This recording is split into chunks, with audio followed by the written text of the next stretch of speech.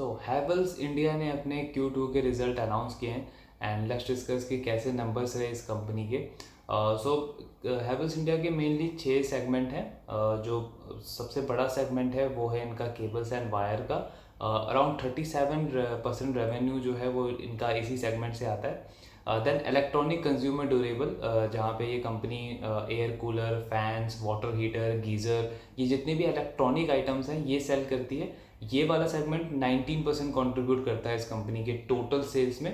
So around 56% of revenue इन्हीं दोनों segment से आता है, cable and wire and electronic consumer durable वाला सेगमेंट। अब इसमें जो केबल एंड वायर वाला सेगमेंट है वो करीब 8% से ग्रो हुआ है ऑन अ वाई बेसिस, जब हम उसको कंपेयर करते हैं लास्ट ईयर से। लेकिन जो इनका ये इलेक्ट्रॉनिक कंज्यूमर ड्यूरेबल वाला सेगमेंट है, इसमें 5% से सेल्स इनका गिर गया है। अगर हम इसको लास्ट ईयर से कंपेयर करें तो 5% से सेल्स इनका डिक्लाइन हो गया है इस साल। इसका सबसे बड़ा रीज़न, मेनली 2 रीज़न है। पहला तो बिकॉज पिछले 1-1.5 साल में हमने देखा कि इन्फ्लेशन कितनी तेज़ी से बढ़ा है इंडिया में, जिसकी वजह से चीज़ों के प्राइसेस बढ़ गए हैं। सो उस चीज़ ने काफ़ी ज़्यादा नेगेटिवली इफेक्ट किया है कंज्यूमर्स की डिमांड को, कस्टमर्स की डिमांड को। ये सेम चीज़ हमने विटनेस की थी जो पॉलीकैब का एफएमईजी वाला जो बिज़नेस है, जहाँ पे वो इलेक्ट्रॉनिक आइटम सेल करता है पॉलीकैब इंडिया। उनका भी एफएमईजी वाला सेगमेंट काफ़ी ज़्यादा स्ट्रगल कर रहा है पिछले 3-4 क्वार्टर से। एंड ये सेम चीज़ एप्लीकेबल हो रही है हैवेल्स इंडिया के साथ भी।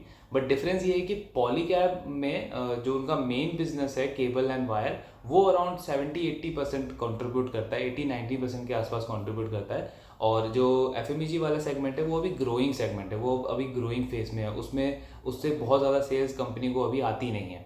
सो दैट्स वाई उनके टोटल सेल्स पे ज़्यादा नेगेटिव इम्पैक्ट नहीं पड़ रहा। बट हैवेल्स के केस में जो इनका इलेक्ट्रॉनिक कंज्यूमर ड्यूरेबल वाला बिजनेस है, ये ऑलमोस्ट 19% कॉन्ट्रीब्यूट करता है, जिसकी वजह से इनके सेल्स पे नेगेटिव इम्पैक्ट पड़ रहा है इस चीज़ का, बिकॉज पिछले 3-4 क्वार्टर से कंज्यूमर्स की डिमांड नहीं है, जिसकी वजह से इनकी सेल्स ग्रो बिल्कुल ही नहीं हो पा रही है।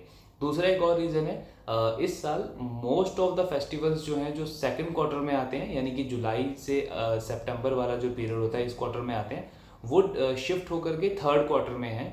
जो अक्टूबर से दिसंबर वाला क्वार्टर आएगा, उसमें मोस्ट ऑफ द फेस्टिवल्स हैं। तो ये जो फेस्टिवल्स शिफ्ट हुए हैं फ्रॉम Q2 तो Q3, इसने भी अफेक्ट किया है कंज्यूमर्स की डिमांड को, बिकॉज अभी कुछ ऐसा ओकेशन नहीं है जहाँ पे कस्टमर्स जाके बाय करें। जुलाई से सितंबर के बीच में ऐसा कुछ खास ओकेशन नहीं था। सो इस वजह से भी कंपनी की सेल्स पे इम्पैक्ट पड़ा है। इसके अलावा हैवेल्स इंडिया ने 2017 में एलॉयड का जो कंज्यूमर बिजनेस बाय किया था, वो इनका ठीक ठाक चल रहा है, 19% की ग्रोथ है उसमें। बट उसका रेवेन्यू कंट्रीब्यूशन पूरे सेल्स में अभी कुछ सिग्निफिकेंट नहीं है, अराउंड 9-10% के आसपास ही रेवेन्यू कंट्रीब्यूट कर रहा है वो सेगमेंट। सो वहाँ से रेवेन्यू कंट्रीब्यूशन कुछ खास है नहीं अभी। ओवरऑल अगर आप सेल्स नंबर देखोगे हैवेल्स के, तो सिर्फ 6% से इनका सेल्स ग्रो हुआ है। मार्जिन्स इंप्रूव हुए हैं 8% से 10%, और प्रॉफिट ग्रोथ कंपनी का 33% हो गया है। बट इसमें एक इम्पॉर्टेंट चीज़ ये है कि ये जो 33% का हम प्रॉफिट ग्रोथ देख रहे हैं, ये टोटली ड्रिवन है जो रॉ मटेरियल के प्राइसेस कम हुए हैं इस साल compare to last year, and Havells के अदर इनकम करीब 18% से बढ़ गई है। यानी कि मेन बिजनेस तो सिर्फ 6% से बढ़ा है, लेकिन जो इन्वेस्टमेंट वगैरह होता है, जो बाकी का पार्ट होता है बिजनेस का, जो मेन इनकम से अलग है, मेन बिजनेस से अलग है, वो 18% से ग्रो हुआ है, जिसकी वजह से इनकी प्रॉफिट ग्रोथ हम देख रहे हैं कि 33% है। सो ये कहीं से भी पॉजिटिव साइन नहीं है एक शेयर होल्डर के लिए, बिकॉज बिजनेस का जो मेन प्रोडक्ट है, जो मेन ऑपरेशनल काम है, वहाँ से अच्छी ग्रोथ नहीं है, वो चैलेंजिंग फेस में है। बाकी जो आप पार्ट है, आप रॉ मटेरियल के कॉस्ट कम होने की वजह से अगर आपकी प्रॉफिट ग्रोथ हो रही है, मार्जिन इंप्रूव हो रहे हैं, या आपने कहीं इन्वेस्टमेंट करी किसी सब्सिडरी में, वहाँ से डिविडेंड आ गया, उसकी वजह से आपका प्रॉफिट ग्रोथ बढ़ गया, सो ये सब वन ऑफ है, ये सस्टेनेबल नहीं है, ये आपके बिजनेस को स्ट्रॉन्ग नहीं बनाता कहीं से भी।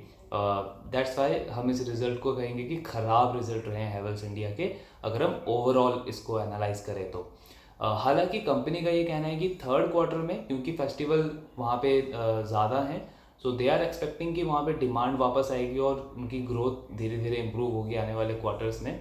बट करंटली हम ये कह सकते हैं कि परफॉर्मेंस ख़राब है, एंड स्टॉक स्पेशली 70 के पी रेशियो पे ये स्टॉक ट्रेड कर रहा है, और इस इतने ख़राब रिजल्ट के साथ में इन्वेस्टर्स का ऑब्वियसली ज़्यादा इंटरेस्ट बनेगा नहीं स्टॉक के साथ में। एंड दैट्स द रीज़न कि आपने देखा होगा कि रिजल्ट के बाद स्टॉक अराउंड 8-9% से और नीचे गिर गया है, बिकॉज मार्केट नोज कि अगर आपका पैट बढ़ रहा है, अगर आपका प्रॉफिट बढ़ रहा है तो उसके पीछे के रीज़न क्या है। मार्केट आपको रिवॉर्ड नहीं कर देगा सिर्फ इस बेसिस पे कि आपका अदर इनकम बढ़ गया एंड उससे आपकी प्रॉफिट बढ़ गई।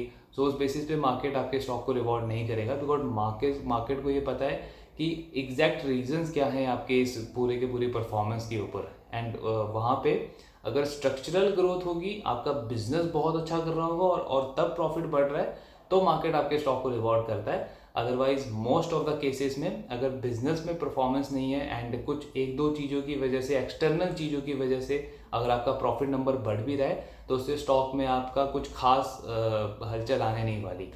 दैट्स द रीज़न इतने हाई वैल्यूएशन पे अगर आप हैवेल्स का पिछले कुछ टाइम का स्टॉक रिटर्न भी देखेंगे तो वो काइंड ऑफ बहुत ही नेगेटिव रिटर्न रहे हैं, कुछ खास रिटर्न बना नहीं है इस स्टॉक से, बिकॉज इनकी sales growth kind of stagnant हो गई है एंड बिजनेस में कुछ खास परफॉर्मेंस आ नहीं रही है पिछले कुछ क्वार्टर से।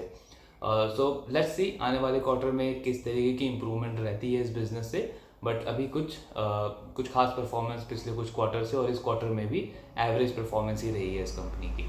आई होप ये वीडियो आपको अच्छा लगा होगा। इन केस अगर आपको कोई भी डाउट हो so please let me know in the comment box.